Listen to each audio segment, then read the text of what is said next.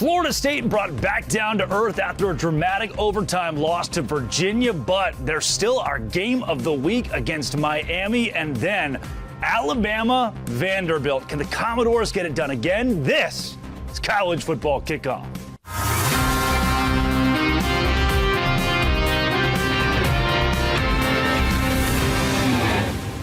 Welcome back to Fire TV's College Football Kickoff, presented by Coca-Cola. I'm your host, Drake Toll from Locked On Big 12 and the Savannah Bananas organization, and we're coming in hot from the heart of college football country in Dallas, Texas. On set with me, two legends, 22-time Coach of the Year Gary Patterson and former Tar Heel and Dallas Cowboy Jesse Holley. Every week throughout the season, we'll be breaking down the matchups, the moments, and the madness with expert analysis from across the nation. Look for new episodes every Thursday on your Fire TV and Echo Show devices. This is your all-access pass to the weekend ahead in college football. Let's kick it off. Jesse, the Oregon Ducks. Do we have a new number one team in the country in your mind? We don't. I still do believe that Miami's the best team in the country. Okay. But Oregon definitely went out there and showed themselves worthy of being in that conversation. It's a team that when you look at their coach, they reflect that type of energy. Kind of a madman, kind of a fast-paced guy. But Oregon, really good football team. Yeah, they are. To go into Penn State, white out, do all the things they did, and then do it the way, because people don't need to forget, they were up 17-0, and then everything, it went into overtime. But, they really got after him for most of the ball game. No doubt. Let's go into more depth on who should be number one and in that top five on this week's Rankings Report. One of the biggest storylines in the Rankings Report this week, Ole Miss jumping 9 spots to number 4. Jesse, they looked legit against LSU. No, absolutely. Coach Kiffin has got those boys rolling. He's found his quarterback and his dual-threat quarterback in Trinidad Chambliss, and that team is explosive. That team is energetic, and I love the way that Coach Kiffin coaches. He gives it to you raw. He gives it to you uncut. He has those guys ready to go and play some expired football right now. Well, we talked about last week. They had Georgia last year, big home game, upset, and then my number one team in my ranking last week was LSU, and it didn't even look like that close of a ball game. No, I don't think it did. If you actually watched it, Ole Miss was able to control LSU and finish the game off. Speaking of those rankings you had last week where LSU was number 1, let's see how it's changed. Coach, what's your top 5? Well, now being able to see Ohio State and Oregon both go on the road. I had Ohio State, then Oregon. Miami, I still think is one of those teams, but they are idle. And then Ole Miss, the way they played, and then A&M. Your lurkers, your lookers, your lovers. Well, my lurkers, even though they right now don't know about the quarterback, but I saw a picture of just a Band-Aid on a hand, so I've got OU in my lurkers. I got Alabama really moving up, Texas Tech. Got to talk from somebody from Texas, Penn State, and LSU. Yeah, I think Texas Tech is a team that most of the country is overlooking. They were dominant defensively against Utah, 34-10. Their win a couple weeks ago. Their defensive line is one of the best in college football. They paid a lot of money for that defensive line, by the way, but they've got a lot of money. The Black Gold out in West Texas has been very kind to the Red Raiders. Let's take a look at who is in and who is out this week. Jesse, they got to win against Florida State. Are we back? Are we in on Virginia, or is this kind of a one-off? I'm an ACC guy, okay. So I'm always going to be pro-ACC, and it wasn't just a win. It was a back-and-forth battle that they went up against Florida State, who many people across the country thought, this is a real serious contender in Florida State for playing in the finals of the college football playoffs. And Chandler Morris and company, they're playing some really good football, and that game gave the country a good feel of what teams outside of Clemson and Florida State, Miami, and the ACC are really about. Well, BYU, you got BYU, Virginia, and Arizona State. They all move. Everybody's starting to see BYU. Maybe it wasn't as showy a win as you wanted to. Sure. And then you had Virginia, but it was because I watched Florida State play. I watched all those games of how people played, and you go, this is like a Bobby Bowden team. And then this happens, then it kind of makes you wonder because of the portal and everything else. If you had too many new people and you had such a great win, and then you play it, you think, oh, we're playing Virginia, and it's Virginia. Well, Virginia's not Virginia. They were somebody that could get after you, and it was at home, and then they rushed the field. They looked legit, and I'm glad you brought up BYU. I think them sitting at 23, they're one of the best graded defenses in the country. Jack Kelly is a monster. They struggled early against Colorado, but showed resolve on the road to come back and win that game against Dion and company. BYU could be a player for the rest of the season in the Big 12, and their schedule's fairly easy up until they get Utah here in a couple of weeks. Our game of the week this week, Miami at Florida State. Can the Seminoles get back in the driver's seat? Can Miami prove they're one of truly the best teams in college football? All of that right here for our game of the week. It's the game of the week here on College Football Kickoff, presented by Coca-Cola. Alex Dono of Locked On Canes, Brian Smith of Locked On Seminoles. Let's talk about this week's game of the week. Dono, do you fear going on the road against a Florida State team that needs a get-right game? I don't know if fear is the right word. I would go with the word respect. I've been following this rivalry for long enough to know that Doak Campbell Stadium is a really tough place to play. And an interesting aspect about this, Drake, is it's going to be Miami's first road game of the season. They have not left the friendly confines of Hard Rock Stadium yet. And I think the guy who's going to be instrumental in setting the tone for his teammates is Carson Beck. In his 6th year, all the experience he had in the SEC playing in crazy environments like in Tuscaloosa. He played in Austin, Texas last year. So I really think that, young teammates of his, like true freshman wide receiver Malachi Toney, who's been a big part of Miami's offense so far, are really going to lean on Carson Beck to let his experience kind of guide them through that tough road environment. It's Miami, Dono. Let's not kid ourselves. Every game is a true road game for the Canes. Brian Smith, because of that experience for the Hurricanes, they go in against a Florida State team that, look, the big question mark is Mike Norvell, right? If he wins a big one but then loses the small one, I mean, what do we do here? Do you have the confidence that a Mike Norvell-led team can go on the road in a top 5 game and get a win like this? Well, they're playing at home this time, so I don't have to worry about that part. But they're capable of putting points on the board. They got the number 1 offense, number 1 rush offense, and I think they're going to have to score to win. Their defense is pretty good, but they didn't tackle Virginia, so I'm not sure they're going to tackle Miami. The only other thing that I'll say about this, if they're not fired up to play Miami, especially after the way they just laid an egg in some of the game against Virginia, then I don't know what's going on. I mean, it's Miami. It's your arch rival. It's time to play. Yeah, great clarification. Again, this game in Tallahassee. Dono, give me a brief synopsis and a final score projection. Yeah, I mean, I think for Miami to win this game, they got to take care of the football because I believe the Hurricanes have the advantage at the line of scrimmage on both sides of the ball. So Miami, if they can set the tone and try to outmuscle Florida State, I think it's probably a Miami victory somewhere in the neighborhood of 31-23. I think a big key for the Hurricanes defensively is to be disciplined against all of the eye candy and misdirection that comes with a Gus Malzahn offense. So I think Miami is going to really have to be sharp and have a lot of gap integrity and discipline and communication in this one. But I think if Miami takes care of the football, I think it's another Miami win and a big tone setter on the road. Brian, your opportunity to push back here. Brief synopsis, final score. I actually agree with Dono that Miami should win. I think they've played better. They've earned that respect. I've got it closer. I've got it 31-28. But for the same reasons, Miami so far has shown to be the better team in the trenches. If Florida State is going to win, they got to hit some shots down the field. It's going to be hard to move the ball just 5 yards at a time against Miami's defense. But right now, I give the edge to the Canes. We saw a 2-loss Big 12 team last year win the conference championship, make the college football playoff. I don't think Florida State's out of the picture, even with a loss this week. Obviously, Miami is gunning for an at-large bid, much less a place from winning the ACC. Alex Dono, he's Brian Smith, our 2 experts on this game. Thank you guys so much.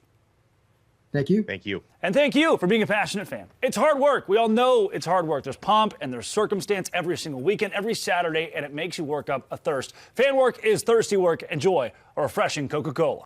Hey. Today's show is brought to you by FanDuel. FanDuel is exactly where I go this weekend to pick the money line of whoever is playing against Utah and probably win many, many, many monies. And it'll go into my pocket, and I'll be so excited and happy. FanDuel is actually where you can go and win a whole lot on college football and have a whole lot in free play in your back pocket. For just $5, you throw $5 down if your bet hits. If your $5 bet hits, from there, that's exactly right. You get $300 in bonus bets to use across the app however you want to. So, Here's what you do. You download the FanDuel app. You throw $5 on whatever game you want to, including Utah versus BYE. And when the bye week wins, you win too. All of that and more at FanDuel.com. Visit FanDuel.com and do it today. FanDuel.com. Today's show is also brought to you by Square. I go down to Island Daiquiri here in Wilmington Island, Georgia, and I enjoy a daiquiri, an Island Daiquiri, and it's run on Square. Your entire neighborhood actually is run on Square. We know that they're just those places that are pillars for you in your neighborhood. And with this episode being brought to you by Square, I bring up Island Daiquiri that's right down the road. And when I go there, I boop, boop, and do the little phone thing to your face, and you click on the Square thing, and it pays for the whole shebang. And so Square is what keeps your neighborhood feeling like home. Right now, go to square.com/go/LockedOnCollege to learn more. But before you do, go support your favorite neighborhood spot. You'll be happy you did. Square. See you in the neighborhood with Square. Those were our local experts on all things Hurricanes and Seminoles. Let's break this game down just a little bit more. Tommy Castellanos, Jesse, is a guy who lost the big one last week on the road against Virginia. It gets to come back home. I called it a get-right game. Typically, you'll see a get-right game be against that pushover opponent, that soft opponent. But being in the confines of Tallahassee in a matchup where you're going to have a sold-out crowd behind you, I think this could be a confidence boost for Florida State, especially if they knock off a top-5 team. No, absolutely. But when you talk about getting the get-right game, Miami's the wrong team to want to get right against. Even when you look at Miami, where they're really good at is the defensive line. Yeah. You know, Reuben Bain Jr. and company, they are really solid in the trenches. So for Tommy Castellano, he has to be a magician. He has to be the guy that we've seen prior to even in the Virginia game, just making all of those plays, because that Miami defensive front is one that is aggressive. They're playmakers, they're strong, they're physical. So I wouldn't say a get-right game, but this is one of those games where Tommy Castellano can put his name out there, up there with the rankings of the Heisman Trophy winners if he can go out there and get a victory against Miami. Yeah, you said it right. And here's the thing. Everybody knows how good Miami is on defense. So if you can go and you can use your feet and you can be successful, Yep. and he can do the things he did, and he can do it against Miami, like anything else, it's kind of like the Ohio State-Texas game. There's more, you get more street cred when you play one of those kind of games early. This is one of those kind of games. You have two quarterbacks that both went to a situation where they went there so they had a chance to win a national championship, play at a very high level. Both of them now in this kind of ball game, and they hate each other. And whoever comes out is going to be the top of the town. So we just need to understand they know what it's at stake. And maybe that's the get-right aspect to me, is if you win this game, you've erased the Virginia loss. If you win this game, we're not talking about Florida State, Virginia. We're talking about Florida State, who got a top-5 victory, who beat Alabama earlier in the year. That Virginia game is gone, and you have completely gotten right. But again, it's a very tough opponent if you're trying to put things back together and repiece it all. 36-33, Miami leads the all-time series. Coach, we mentioned this a couple weeks ago. These rivalry games, things get crazy, they get weird. Your winner could be anybody. Well, you go back now to the playoffs of why. If it shows at the end of the year playing these kind of games and you have a loss in one of these kind of games and it still doesn't affect you, like we talked about Notre Dame being 0-2 and still being in the top 25, if you can show you can play these kind of games and you play well in it, but you had Tennessee that misses a field goal. I mean, them and Georgia, could have been Georgia could be 2 losses. It could have been flipped, completely flipped. And so I really think that we're seeing, even in the top, I look at the top 15 of all the schools that are there, like we talked about earlier when we were in here talking, you've had 10 teams be in the top 5. Yeah. And so now you're talking about Miami and Florida State, both of those teams being 2 of those teams that have been that, and now people getting pushed. I think everybody knows what's on the line, but they know it's not the end all like it was when you had a 4-team playoff. It's now, hey, look, I played somebody, I've got a resume. Win or lose, if I play well, I have a resume, and it's going to be counted on later on when we get to December. No doubt. I think we're seeing one of the most competitive college football seasons in a while at the top. Yes. We're not seeing a ton of massive upsets, but I think the top 15 from 1 to 15 is much closer than it was in seasons past. You have, Coach, you said preseason, 8 or 9 teams that could vie for a national championship. That may actually be 12, 14, 15 in 2025. I think it's good overall for college football. Another team that wants to be in that conversation, the Vanderbilt Commodores. They are our can't-miss matchup against Alabama this week. He is the expert on all things Vanderbilt from Locked On Vandy, Corey Burton. Corey, last season, 40-35. The shock of college football, Vanderbilt taking down Alabama. Can lightning strike twice? Absolutely. I mean, this Vanderbilt team is way better this year than they were last year, I think, especially up front when you look at the line of scrimmage on both sides of the ball. I think what they've done in their 5 games this season is they've really controlled the line of scrimmage. So that's been the biggest key for this team. And, of course, Diego Pavia developing on the skills that he needed to improve on coming out of 2024. So this team is probably the most complete Vanderbilt team maybe ever. Diego Pavia is off his parents' insurance. He can rent a car without any excess fees. And he's maybe the most experienced quarterback in college football. What does that experience give him in this game against Alabama, who's got a first-time starter at quarterback here in 2025? Well, the experience is, from an SEC perspective, he's been through the league 1 year. So that's a ton of experience right there. He's seen a lot of football. He's seen a lot of defenses. He's worked with a lot of talent. And he's got, I think this is his 3rd or 4th year with Jerry Kill and Tim Beck by his side. So he's got a ton of just overall college football experience, SEC experience, and, of course, system knowledge and experience as well that goes with all of that. And the comfort level that you get and the confidence level that you get being that experienced. Corey, give me a quick synopsis and a final score. Quick synopsis. It's going to be a physical game. It's going to come down to who plays the cleanest, who wins the line of scrimmage. If Vanderbilt can control the line of scrimmage, they can control the game and control field position, they will win. If they can run, they will win. Bama struggles, or they have struggled thus far stopping the run, and they've struggled thus far on 3rd down. So I think it's going to be physical at first. The scoring is going to open up a little bit, but I think Vandy's going to win 34-31. You're going to get a last-second field goal or late field goal from Brock Taylor to put them ahead for the final time. And the Vandy fans will storm the field in Tuscaloosa and take those goalposts as well and start a GoFundMe and all of that fun Those stuff. goalposts are not safe. Yes. Corey Burton, the expert on all things Vanderbilt, thank you very much. Appreciate you guys. You guys do a great job. Thanks, Corey. Coach, we got to start it with you. You were just in Nashville watching Vanderbilt, got a very up-close look at the Clark Lee program. Do you think this is a team that's ready for Alabama, ready to beat them again? Well, for them to win, they have to do what they did last year, 12 of like 18 on 3rd downs, and ran the ball, controlled the clock, did all of it. I really think it comes down to Pavia. One of the things that I was so impressed with, he controls everything as far as call is concerned. He's going to get up there. He's going to check the whole offense. They allow him to do it. The things that are not in their favor, in Alabama's case, is they're not fooling them this time. I think Alabama may be playing at the highest level these last 3 ball games of anybody that I've watched on tape. And so for Vandy to do it, they've got to do just like he said earlier. I think you're going to have to be able to, Corey did, they're going to have to be able to control the line of scrimmage, and some good things are going to have to happen to them. Jesse, transitive property does not work in college football, but it's the weird circle of Florida State losing to Virginia, but beating Alabama, and Alabama beating Georgia. None of it really makes sense to us, and it may not until the very end of the season. How do we judge this Alabama team? Do we still keep that Florida State game in our psyche, or is this the same Alabama that beat Georgia, and that's how we look at them the rest of the season? Listen, sometimes it's what have you done for me lately? And lately, the Alabama football team beat Georgia, right? And so the thing is, when you look at this as a whole, Alabama wants his lick back, right? You lose to that team last year with your hopes on the line. They want their lick back. And it's going to be a tale of 2 teams, because when you look at Alabama, they're one of the best scoring teams in the first quarter. They scored 10 points in the first quarter. But Vandy's not a team that goes away. They score 24 points a game in the second half. So Bama has to come out, do what they do, but able to maintain that throughout the course of the game, because Vandy's one of these teams, Coach, and you saw it firsthand, that they have a never stop fighting attitude. So I think Bama wants to get their lick back, and it's going to be a really good football game.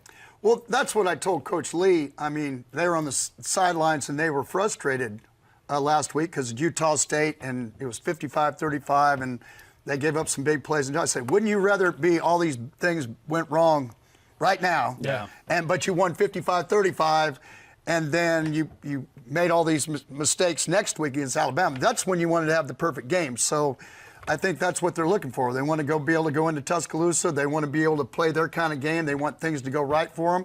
And I think they'll be more focused. No matter what anybody said, they just came off of Virginia Tech, and they came off of playing South Carolina. They won both those games on the road, right? Nobody felt like, I don't think they were favored in either one of them. And they dominated South Carolina. And so then you play to Utah State. You're not going to play like that every day. And so I think you're going to get a great ball game. I think you got two good teams that come after each other. Even though I'm, Jerry Kill, Vandy, all of it, I right now I kind of lean a little bit towards Roll Tide. Shocking, Jesse. Between Vanderbilt and Alabama, our analyst said Alabama has an advantage. I said I just leaned a little. I didn't jump in the back seat. Look, and credit to Vanderbilt, any other year, we might not even have this game on the sheet of paper right here as a talking point. It's awesome. We're going to see a top now 20 matchup between Vanderbilt and Alabama in Tuscaloosa this weekend. We have kept you long enough without telling you how to win money. It's time for our lock of the day here on College Football Kickoff. Thanks, Drake. After another wild week in college football, it's time for another lock of the week. Open it, open it, open it. Lee has the key to the lock of the day. This Saturday, we head to the Lone Star State Big 12 battle. Texas Tech, an 11.5-point favorite at Houston. Both teams are at 4-0. Lee, what do you like in this one? Well, NIL, money spent, is very important to this game. Texas Tech, number 2 in the country, just behind Texas. In fact, top 6 schools, only 1 combined loss. Why? Texas and Ohio State played each other. Texas Tech, right now, their best win was against Utah, 34-10 in Salt Lake City. And if you're saying, well, it was turnovers. Nope. They dominated play. They had a 484 to 263 total yard advantage, and they played more than half of the game with a backup quarterback. Houston's best win, Colorado. That's right, 2-3 Colorado, with wins only Delaware and Wyoming. Texas Tech, now an incredible defensive line, 4 new transfer starters from other schools who were all conference last year or right up there. They held Utah to 101 total rushing yards, and Devin Dampier just 11 for 27 running the football here. This Houston team is going into a gunfight with just a knife here. Texas Tech is going to be my lock of the weekend. And for more daily picks, subscribe to Locked On Bets. Back to the College Football Kickoff studio. We'll see you next week, Drake. Thanks, guys, as always. Houston, though, the number 2 defensive team in the country in net EPA. That's an efficiency metric, but we can't ever disagree with Lee. You don't want to do that. Say it right down the middle with Lee Sterling. I like my knees. 6 of them. We still all have 6. Yeah, we still got 6 knees. We're good. The production staff's all good, too, so I think we're safe for now. We'll keep the topic on gambling, though, because Lane Kiffin, a college football head coach, decided this week to chime in saying, take the over. You have coaches now that are giving fans directions for their game. And that's just a part of how now gambling's become the vernacular of college football. They work one in the same. And so why not go deeper into it with this week's Coach's Corner?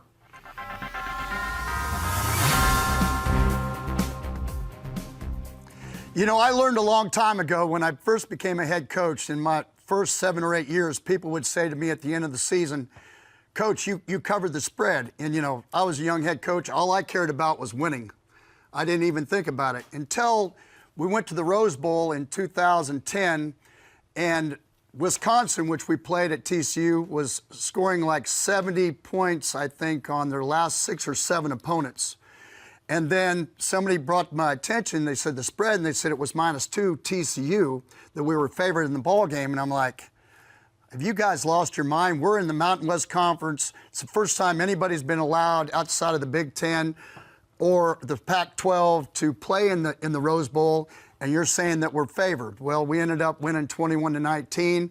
So then from that point on, I started paying attention to them. And to be honest with you, whether the line was large for us or against us, especially when it was for us, I would always talk to my teams about, hey, look, if you don't play well, you know what I'm going to say. What are you guys all on the take? Is this what's going to happen? You guys didn't have to play very well. But you need to understand, I would pay attention to the line, especially when it got to Wednesday, Thursday, or Fridays, for the simple reason that if that line went from 1 to 4 or it went to a plus, then you start saying, well, who do they know? What do they know that's going to really make a difference? Somebody's not playing. There's an injury thing that we don't know about.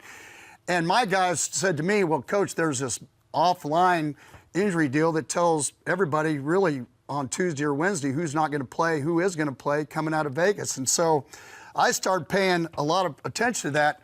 And then as a personal thing, we used to be, we'd be, let's say, picked to win by 45 points over a 1AA team early in the season or somebody that wasn't late at night on my call, and I would take a knee, and let's say we were supposed to win by 2 and we were on the 25-yard line and there was 30 seconds left, and I'd take 3 or 4 knees just to run out the clock, to be a good person. And then somewhere in the middle of the night, I'd get a death threat because somebody had bet a lot of money on a game. The thing that happened, though, is that you had caller IDs, so then I could get to a point where I could actually call those people back, Drake, and talk to them about, and there'd be, Coach, I'd had a lot to drink, this is how much I bet. I said, well, what are you doing that for anyway? I mean, it's like, but, I would say to you guys, it's a real thing. Those guys are professionals. I think nowadays in those times, we couldn't talk about it, but we all thought about it as kind of what my point is. But nowadays, with all the betting going on, now coaches, players, I think all of them think about it. So what do you guys think? I mean, at the end of the day, it still comes down to a lot of pressure and a lot of money. I think first, you counseling bettors across the country who are calling your phone, you calling them and saying, what are you doing with your life? I like that you called them back and gave them a couple words of advice. So, Jesse, here's my question. We can talk about the large spreads. Coach mentioned that a little bit. Hey, your team can, if you're a 22-year-old, you're going to see, okay, we're favored by 24 points this week in a conference game. Your head could get too big. My question is, and an example of this is this week, Iowa State, top 15 team in the country. They're playing Cincinnati, who's unranked. Cincinnati's favored by 2. So if I'm a Cincinnati kid, if I'm your 20-year-old cornerback, I see that and I'm thinking, what? They're favoring us against a top 15 team? That almost sounds fishy to me, the player, right? Do players read into lines and say, wow, we're favored this week? The thing is that you said it perfectly. You said, I'm a 22-year-old kid in today's society. Yeah. And what that does is, because you have to look at the way that it's worked out now. Back when I was playing college football, back in the early 2000s, we didn't have social media. There wasn't, there wasn't at the drop of a cell phone you could pick up the scores, and there wasn't Instagram or Twitter or all these other things. There were, the FanDuels of the world and all the different, outlets. Trifecta. Where you can go and you can make these bets. Now, you had to go see our boy Lee Sterling, down at the bookie. Lee's been in this for a while. You had to go see the bookie down by the bar to get a bet in. So it just wasn't a prevalent thing till nowadays. It's everywhere. You have sponsorships are doing it in stadiums. It's on everyone's cell phone. It's everywhere on social media. So it's a constant thing for these younger kids because people never let you forget it. As long as you're on social media, you're going to see the way that people are betting in these games. So I think they are more mindful now than ever. So the big spreads this week, whether it's Kentucky at Georgia, the Dogs are favored by 20.5. It's this Ohio State versus Minnesota game, or UCLA and Penn State. Coach, question for you. If you're Penn State and you beat UCLA 42-21, you waxed them. You took them out of the woodshed, but you didn't cover the spread. Is there something in the psyche of the coaches, the players, where you get done with the game and you say, oh, we missed this certain metric in the sky? No, really to me, it's just, for me as a coach, it was about, did we play well or not? Yeah. If we played and this is the best we could do, and they had a good game plan, and dude, you can't do anything about it. The games I worried about is when you had a large spread and then you went in and your kids just did not. I mean, didn't feel like there was a lot of energy, all these things, and then a couple things happen against you, and all of a sudden you're turning around. And really, it's what happened to Florida State and Virginia. All of a sudden you come out, you turn the ball over, all of a sudden you're down 14-0. Yeah. And now you got to claw and fight, and all of a sudden that you're getting nervous because this has all happened to you. You didn't think this was going to happen. Your kids didn't think it was going to happen. Yeah. Okay, and those are the kind of things I think with coaches. I think once we get before the game, all of it, think about it. Once that ball gets kicked off, you don't think about those kind of things anymore. I mean, at the end of the game, I'm more worried about that I didn't embarrass the coach across the field than I was about whether a guy won. Cover the spread. Yeah, exactly. So, and the other side of this, and we'll end it here, is if you're in Florida State's spot last week where you're only 6-point favorite, I think you look around the locker room and go, we're only 6-point favorites? Are we worried? What do you mean only 6-point favorites against Virginia? And then that starts crawling in the psyche that, wait a second. I think from a player's perspective, you don't really think about that. Like, you know that there's an opponent that you have to go and face. Yeah. And football players sometimes are just built a little bit differently. Like you're kind of insulated in this bubble and you're only looking at the next game. And you're saying, I don't care what the point spread says. I don't care what we're favored in. That we gotta go play this football team. And a lot of it, when you pop on the tape and you watch the film, you can sit there and say, this is a good football team, and if we don't bring our A game, they're gonna beat us. And I think the spread is, again, it's an outside thing that happens to filter inside just because of the way that social media works nowadays. Yeah. The other thing, Drake, that I had to start doing is I had to start talking about them. I was telling them, and I use this as a joke. A couple big, not so good-looking offensive linemen, and so, two of the prettiest girls that ever came up and started talking to them out of nowhere, right? And then they'd say, "Well, who's going to play this week? Who's injured? What's going on?" And they're like, "You know what? These girls are talking to me." Yeah, well, there's a reason why they're talking to you, and it wasn't. And that was the joke all the time. It really wasn't because they really liked you.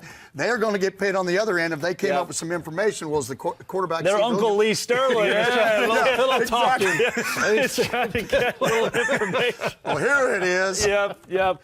Today's show is brought to you by Mazda. Mazda is bringing class, power, and style to you, and Mazda cars do simply more than move. Mazda delivers confidence with every ride with more IIHS top safety pick awards than anyone else. From footwork to breath work, athletes sweat all the details. Mazda brings the same intention to how they craft every model. All-wheel drive, standard in every crossover SUV. You can drive with confidence through almost any season. Like our players, we sweat every detail because when you make every move count, impossible becomes irrelevant. Mazda, move and be moved. Today's show is also brought to you by Game Time. Game Time is exactly where I go when I'm looking for concert tickets to my favorite college football game, or even going to a comedy show. Went and saw Tyler Childers in Queens, New York this week for dirt cheap in the pit. I was standing from me to you to the artist, all because of Game Time and how cheap tickets are. Pull up Game Time, couple of tabs, see amazing deals, and even go to your favorite college football games for as low as $25. I love the zone deals. Pick a section, Game Time picks the seats, you save big. Take the guesswork out of buying college football tickets with Game Time. Use code LOCKEDONCollege for $20 off your first purchase. Terms apply again. Promo code LOCKEDONCollege for $20 off. Swipe, tap, ticket, go. Download Game Time and do it today. It's Game Time. So, to me, a piece of this, these large spreads, take me to the 12-team college football playoffs. This is our topic of the week this week. We talk about the 12-team format and kind of how you build your schedule with large spreads and teams you can beat. So we heard from Kalani Sitake, the head coach at BYU this offseason. He said at Big 12 Media Days that every team in the Big 12 should play 3 games out of conference against teams from the ACC, the Big 10, and the SEC. Here's my question, though, Jesse. If your non-conference schedule features, let's say, Louisville, Ohio State, and then, I don't know, Indiana. 3 decent teams, right? And you go 9-3, you might miss the college football playoff. But if you go non-conference against Samford, Georgia State, and South Alabama, and you're 12-0, do you miss the college football playoff? No, I don't think so. When you look at like SEC schools, right? And here's the reason why. It's because, I may go out and I may play 3 top contenders if I'm BYU or one of those other outside schools, but my in-conference games are not that tough.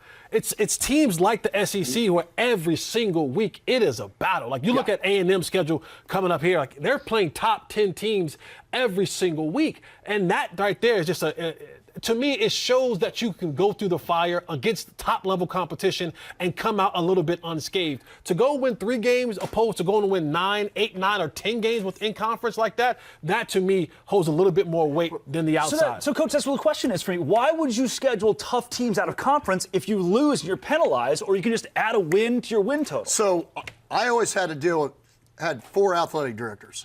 And our deal was we'd always play what we call a slide game where we weren't going to be picked to win. Like we'd play Ohio State, somebody like that, because number one, you wanted to find out what kind of team you had. So then we would play a 50-50 game, somebody that people thought we should win, could go either way, or one you should win. Those were your 3 non-conference games, but you always wanted to play one so that if, like the year we went to the Rose Bowl, and even when we went to the Fiesta Bowl, we played Virginia and Clemson on the road and won both of them, which was tough, especially they were wearing all orange, which they don't do very often in Clemson. And then we played Oregon State back when they had the Rogers brothers, and you had a really good Oregon State team come to town. We played them the first game of the season, but I think you got to be able to prove to people, just like you do that you played somebody in the non-conference besides, especially when I was in the Mountain West Conference. And that's basically in some ways, that's what I think Sitake, he's talking about. He's talking about you got to be able to show when they look at a resume, you better at least have one of those games on your deal, because I think you can lose one. You go 11-1. Okay, you lose like we would always play. We played Oklahoma as our stretch game. Always. In 2005 we beat them. In 2008 we didn't beat them, but we still went 11-2. We started setting the stage, because then you go 11-2 the next year, and 9. You go 11-2, 12-1, 13-0, and then we go to the Rose Bowl. We went 36-3. So you played somebody like that every year. Yeah. I think you have to play a stretch game to be able to prove to people that this is the kind of football team that we have. And also, when you add to that, you don't want to have these teams enter in the college football playoffs and get dog walked. Like, that's just not good for TV. Sure. So if these teams are winning these games, in conference, they're 9 games that they won in conference, and they kind of played, the out-of-conference games so-so. Now when you get in the college football playoffs, where, Coach, you understand this, I have time now, fully a month to prepare for this football team, and then you get the showing, and it's a blowout. It's not good for TV. It's not good for the big money people that are paying the sponsorships, and then it's not good for college football to watch those type of games. Well, then you look at Indiana, where I would have just handled it different, the way it looked, where he dropped somebody off the schedule. Can you imagine, though, the team he was, and I can't remember who it was he dropped off, right? But if he plays that game, is he ranked higher now? Right. Because he played somebody in non-conference schedule before he got to the Big Ten? It's a great question about Kurt Cignetti, who's also brought this up. But Cignetti's point is, look, I'd rather be 12-0, and I had 3 cakewalks, than be 9-3, and I played 3 different LSUs. And until the committee says strength of schedule is a metric we'll go with, to put a 9-3 team in who played 3 LSUs versus a 12-0 team who played 3 Samfords, that's a lot different. They're going to have to make that distinction to be able to move forward. But if we talk about schedules and BYU playing an easier schedule than LSU, that's non-negotiable. That's objective. Can we fix that with the 33-team conference, Coach? Well, that's what we were talking about earlier. My whole thing Good was. Good segue, huh? Hey, Come on now. No, when you get into in the top 13 teams, and I was looking, it's Miami and Texas Tech of the top 15. That's the only thing that's not a Big Ten, or you're not an SEC team. Yeah. And so I think one of the things we were laughing and joking about was, well, you got 16-1, you got 17-0. We'll just do the Big 33. I mean, we'll come back with the Big 33. Then we'll have a bigger TV right, and we'll go about our business. Look at all those logos. Oh my gosh.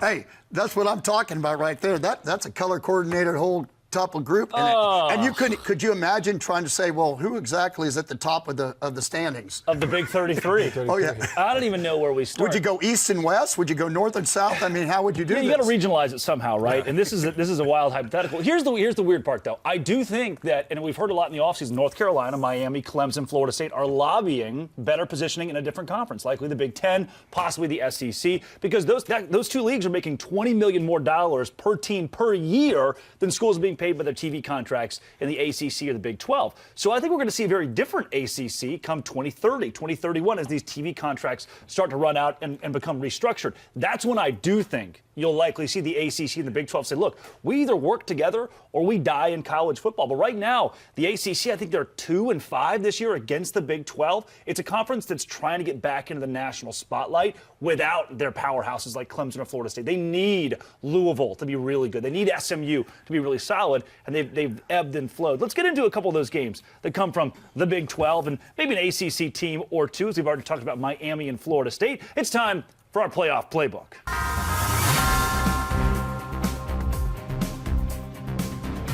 It is Texas at Florida. That's where we'll kick this thing off. Florida. So here we go. Here we go. Man, life is a circle. Here we go. 6-point spread in this game, right? If you're Billy Napier, you're going, we're playing Texas and they own it's only a 6-point spread. You know, again, it's that rat line. It's like somebody smells something here, and they think that Texas might slip up this week. Well, it's Arch Manning's first conference game. It's on the road. Welcome to the SEC, Texas. And the Swamp is a tough place to play. And right now, we came into this season and we thought Arch Manning was going to be the second coming to Jesus in football pass, and it hadn't quite worked out that way. And even though Florida's kind of... He's more like a Paul, right? He's one of the disciples. He hasn't quite gotten there. He's not quite gotten there yet. But I think when you look at that and say, hey, going on the road, Arch hasn't been as good as we thought he would, that's still a tough environment to play in.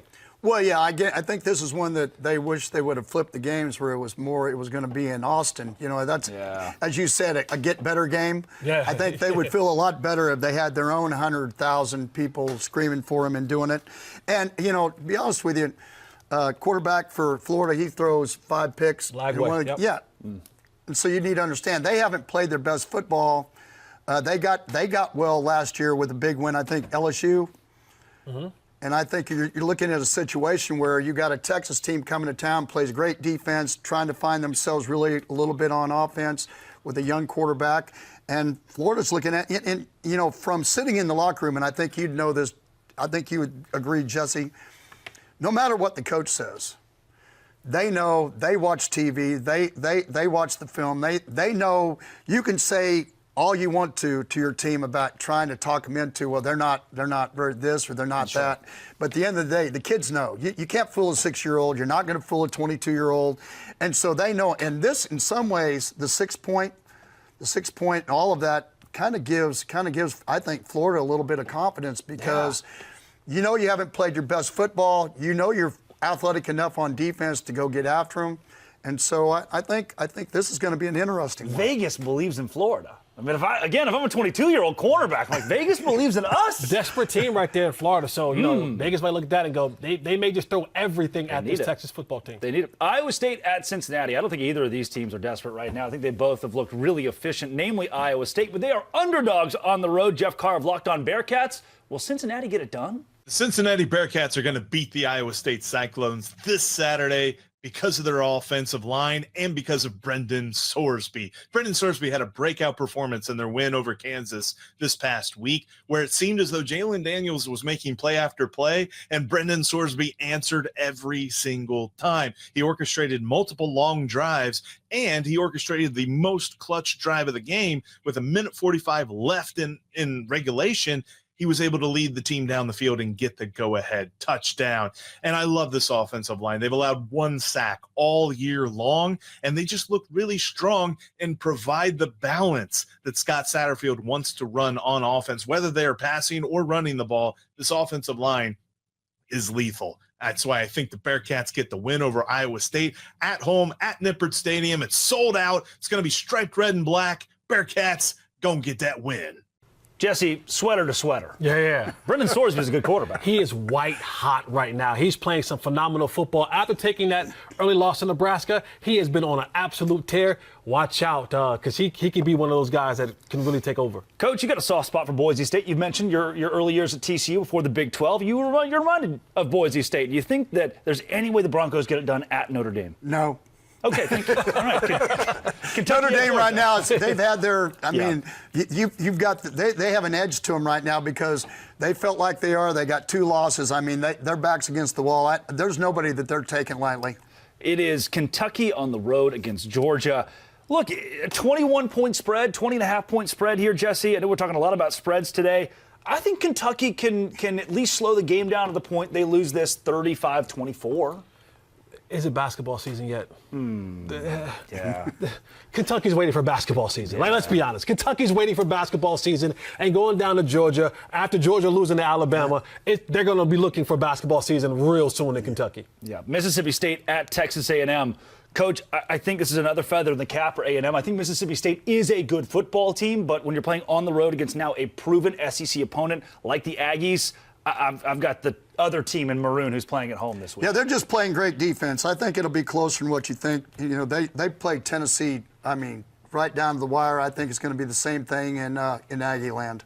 All right. I've thrown my pen twice this show. It's a record. It's the 3rd time. That's a wrap on this week's College Football Kickoff, presented by Coca-Cola. For this season just getting started, it's heating up. Next week, the Red River Rivalry is just beginning to stack the slate of games. Same time, same set, same unapologetic football energy. I won't be here. I'm on vacation next week, but I hear that Coach is going to take our stand-in host to the fair and get him a turkey leg. That's what we're told. Big thanks to Coach Gary Patterson and Jesse Holley for bringing the heat, and to you for riding shotgun with us. Enjoy all the action this weekend. Stay locked in, stay fired up, and we'll see you next Thursday right here on Fire TV.